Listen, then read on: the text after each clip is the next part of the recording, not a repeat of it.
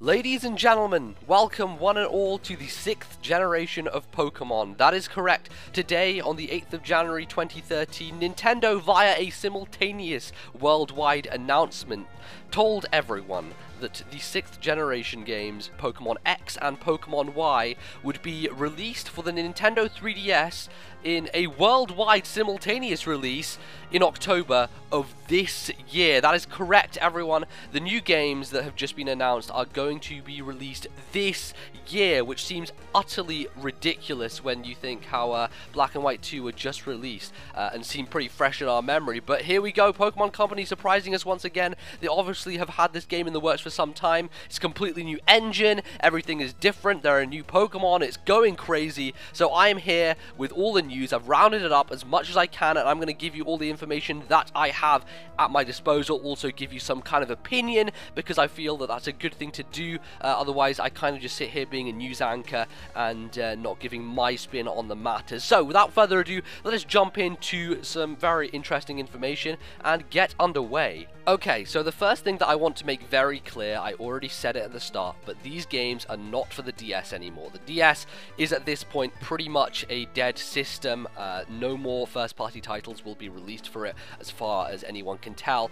And so these are for the 3DS. They are for Nintendo's current handheld system. 3DS, 3DS XL if you have that. 3DS is basically compatible across both versions of it, but that is a main point. Yes, it is for this new handheld system. The engine is completely built around this handheld, and so it makes sense that that would be the case.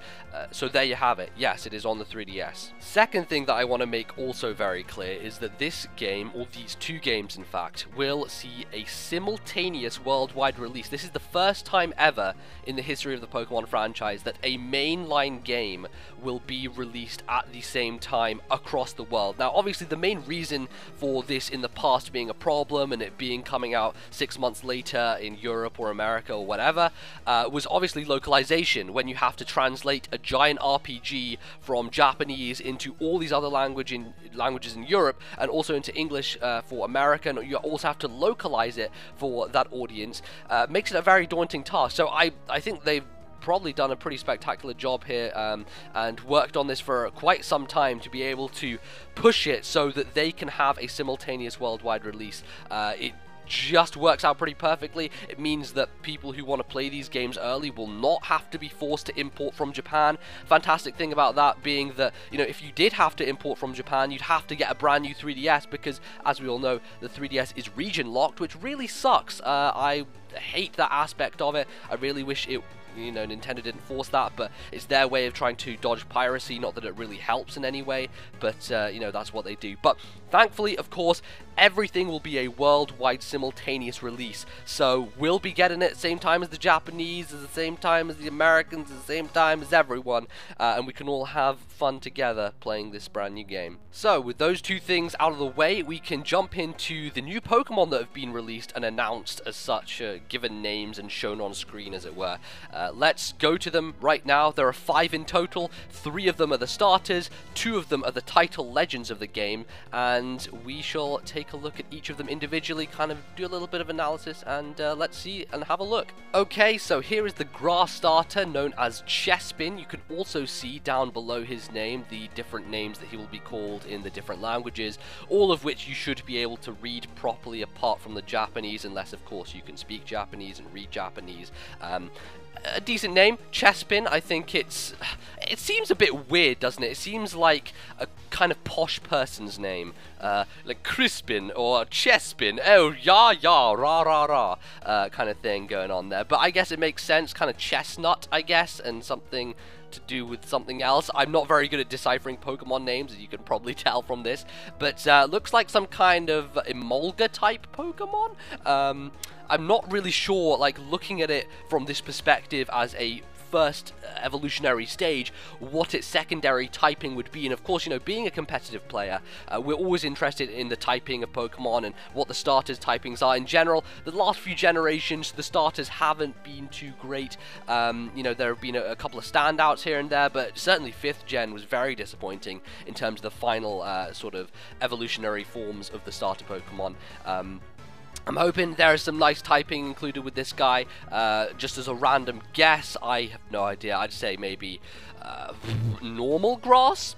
That's kind of like Sawsbuck, isn't it? Because he's kind of got that kind of beaverish look about him, and beavers in Pokemon games tend to take on normal typing, so perhaps normal grass in a final form, though I can't really tell at this point. That's what I'm going to hazard a guess at, and we'll just stick with it. So the next Pokemon is the fire starter Fennekin, which seems a terrible name in my opinion. I don't like that. It doesn't really fit well. I like Finks. That seems nice, the German way of saying it. But Fennekin, I can't really think of what words they have used to create that and what it really relates to in terms of this Pokemon. It's obviously very evocative of Vulpix and Ninetales, sort of Firefox as it were. It does have a rather large bushy tail and kind of like a bulb almost, and kind of just weird hair sprouting from its ears. So it does have its differences, and it definitely is distinctive enough to be differentiated from the Vulpix Ninetales kind of family. But in my opinion, definitely my least favorite of the 3 starters. You'll probably see the third one in well, you will see the third one in a second. That's the point of me doing this entire video, goddammit. But yeah, I don't know. It's not really jumping out the page at me. Nothing I can really glean from what it could potentially turn into, you know, in terms of the 3rd evolution, 2nd evolution, whatever. Not really anyone cares about the 2nd evolution, unless, of course, Eviolite could give it some props, but, you know, that's always a wishful thinking. Well, you know, in terms of secondary typing, there are Pokemon that they don't give secondary typing to, and perhaps this could be one of them. I know it's not much to go off because it is only the 1st form, and you can never really tell how things are going to turn out by the 3rd stage because they do some wacky shit in Pokemon, I'll tell you that. And I don't know, you know, Samurott ended up as pure water last generation, and I perhaps could see this going pure fire. If I would like it to be something else, maybe electric. The fact that it is bright, not bright yellow, but there's a lot of yellow in it, kind of lends it to that sort of thing, that it could potentially become an electric fire Pokemon, which I would find rather interesting. I'm actually not sure if that's even been done before. It probably has. I can't think right now of what would be one, but yes, electric fire would be nice. I think that would be very cool. It would be kind of screwed over because, of course, obviously Rotom Heat gets Rotom Oven Cook form, the Rotom Oven Cook form, whatever the hell it's called. Obviously that gets Levitate, so it can kind of benefit from it, but if it doesn't have any kind of way of not staying on the ground, then it's going to kind of get destroyed by ground types, and that's a bit of an issue. But yes, Fennekin, it's a Pokemon. That's all I'm going to say. Definitely my least favorite of all of them, but well, you can't love them all, can you? So let's move on to the 3rd and final one. So our 3rd and final starter is this little guy, Froakie. He is, of course, a very froggish type Pokemon, and he is in fact the water starter. He looks pretty cool. I kind of like his design, and if you know me at all, you know, you'll know that every single Pokemon generation I pick the water starter. That's how it has always been, that's how it shall always be, and that's what I do. I always get the water starter. Froakie's my man, that's who I'm going to be using through this game, and so he's the one in charge. He's the one that I shall be commanding under my iron fist, or whatever. I don't know. What do I think of him? I think design-wise, it's definitely better than Fennekin. I kind of like Chespin's design, so I'd say it's probably on par with that. I really do like this, though. I mean, you know, there are a couple of frog Pokemon already. You've got the Croagunk Toxicroak, you've got Seismitoad, and whatever the fuck that de-evolves to. Not that it can de-evolve, but its previous evolutions. I don't know what they're called because I never learned them because I don't give a fuck. But yes, you know, Seismitoad, Toxicroak, they exist. I'm hoping that this thing will have some interesting typing when it comes to the 3rd evolution. We've got a bit of like fluff going around its neck, like some kind of Altaria-ish interesting cloud stuff happening. Could that mean something to do with flying? Could we have a flying water type on our hands, perhaps? Maybe. Wouldn't make sense in the context of it being a frog, perhaps. But could it happen? Who knows? I don't know. It's very speculative, and of course, everything that I say and everything that I have been saying at this point is utter speculation. I have no clue what these Pokemon will eventually become, what their third evolution will be, but just from the standpoint of speculative ramblings, that's what I think, and there you go. Froakie looks really cool. I'm going to be using him, and we shall now move on to the title legends, who look fucking crazy. Let's move on to those guys now. So, let's start off with X. This Pokemon is very reminiscent of lots of different types of Pokemon. It kind of evokes Arceus a bit, kind of evokes Swordsbark and those kind of deer-type Pokemon. Stantler even, perhaps, even though Stantler's not kind of on the same level as this glorious beast. I guess people would think that this would be the Y legend, but if you take a close look at the actual X and Y logos, it is very clear that this is the X Pokemon. Just looking at the way that they've styled the logos, its antlers point out as the X logo, so this is definitely the X Pokemon, though it doesn't really seem like it. The problem really is that both of the Pokemon look in sort of a Y shape, and the screen caps that I have of them are them standing in like a Y shape, so they could both be mistaken as the Y Pokemon. This one is X, and this one certainly looks damn awesome. I like the fact that its antlers are ridiculously large and just like colourful and rainbowish, and that kind of may give us a hint as to why people thought this was going to be called like Pokemon Rainbow. There was a rumour yesterday, in case you didn't know, that the new games were going to be called Pokemon Rainbow, and it was going to encompass all 4 regions. It was basically a fanboy's wet dream, and it was never really going to happen, but we could hope, of course, we could hope. It didn't happen, of course, we got X and Y instead, but I am just as pleased, honestly. This looks like a massive refreshment to the franchise overall, and we'll come to those kind of things in a second. But yeah, looking at X, seems awesome. I am definitely down with this design. It seems more Pokemon-ish than perhaps, you know, Zekrom and Reshiram were. Not really, though. I would say probably more than White Kyurem and Black Kyurem, because recently we've been moving very Digimon-ish in terms of Pokemon stuff, like the fusion between Zekrom and Kyurem and Reshiram and Kyurem.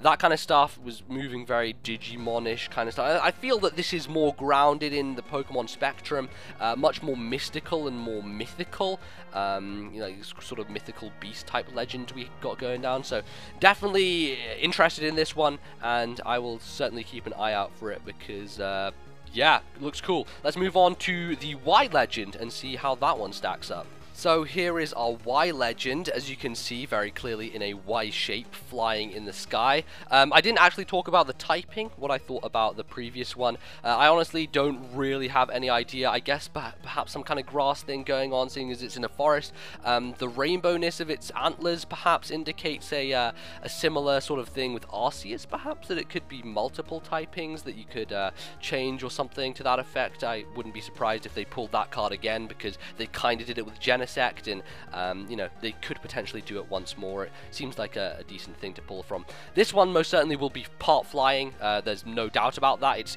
pictured in the sky. It has giant wings and a tail and such, so I have no doubt that it will have a flying type incorporated into it somehow. I don't know what else, perhaps dragon, though it doesn't really seem like a dragon, like just looking at its facial features. If we can jump quickly to what it looks like, its face looks like, I'll just jump to that real quick, and we can see here that, you know, it's kind of got this kind of Terrakion-esque pointed things coming out of its head. Interesting, I guess. And it's red, and it has like a snout as opposed to like a beak or anything. These shiny eyes. Very interesting Pokemon overall, and I like the design a lot. I like the design of both of these greatly. Probably prefer X to Y, just because I like that kind of more elegant kind of thing, more beastical, mythical. They're both very beastical, mythical. Look at my amazing vocabulary here, beastical, mythical, as if those are very descriptive words. But yes, that's what we've got going on. You know, kind of purplish and bright colors among both of them, so you know, it's got that vibe to it. I honestly don't know how they'll fit in, but the fact that, you know, this new engine is going to be in full 3D, and there's no longer sprites. There's sprites pretty much gone, because we're now down to sort of stadium-esque or almost Battle Revolution-esque combat system. And I might show you very quickly some snippets from the actual trailer. I don't want to put like the full trailer up because I have, you know, fears of copyright. You don't want copyright crushing this video to the ground. So I'll put up a couple of clips here, and we'll see how that goes. You can check out what I'm talking about in terms of the new mechanics and the battle system, as it were.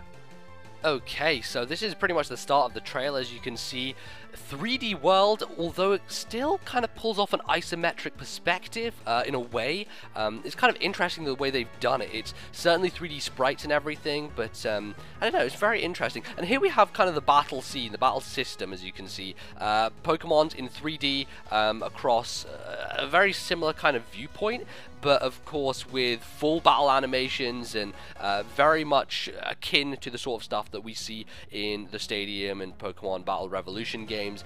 Certainly more to that style, as it were. So that is going to be that from the video in general, I guess, and from the video clips that you can see. If you do want to see the full trailer, I will leave a link to it down below. You can go and actually watch the entire trailer if you haven't seen it already. I do recommend that because, of course, you'll get the full impact of everything, and all the kind of screenshots that I have pulled were from the trailer. So go do that if you wish. And otherwise, I'm definitely going to be trying to get a roundtable discussion of all this stuff with some other people. So hopefully within either today or tomorrow, I should have that or something to that effect up, doing a bit of a discussion kind of podcast sort of thing with other people about the games and what our expectations are and what we'd like to see. But yes, that has been it for this video. I hope you guys enjoyed, and I hope you guys are excited for the new games. They are certain to be very interesting. So do click the like button if you did enjoy. That would really help me out. It would allow other people to be able to see this video and kind of get more information on the games if they're kind of scrambling for it. A like really does help, and definitely in this situation would be very much appreciated. So if you can, do that. Otherwise, I will see you guys very soon, hopefully with some more info on the games. But until then, get hyped, get excited, and yeah, I'll see you next time. Goodbye.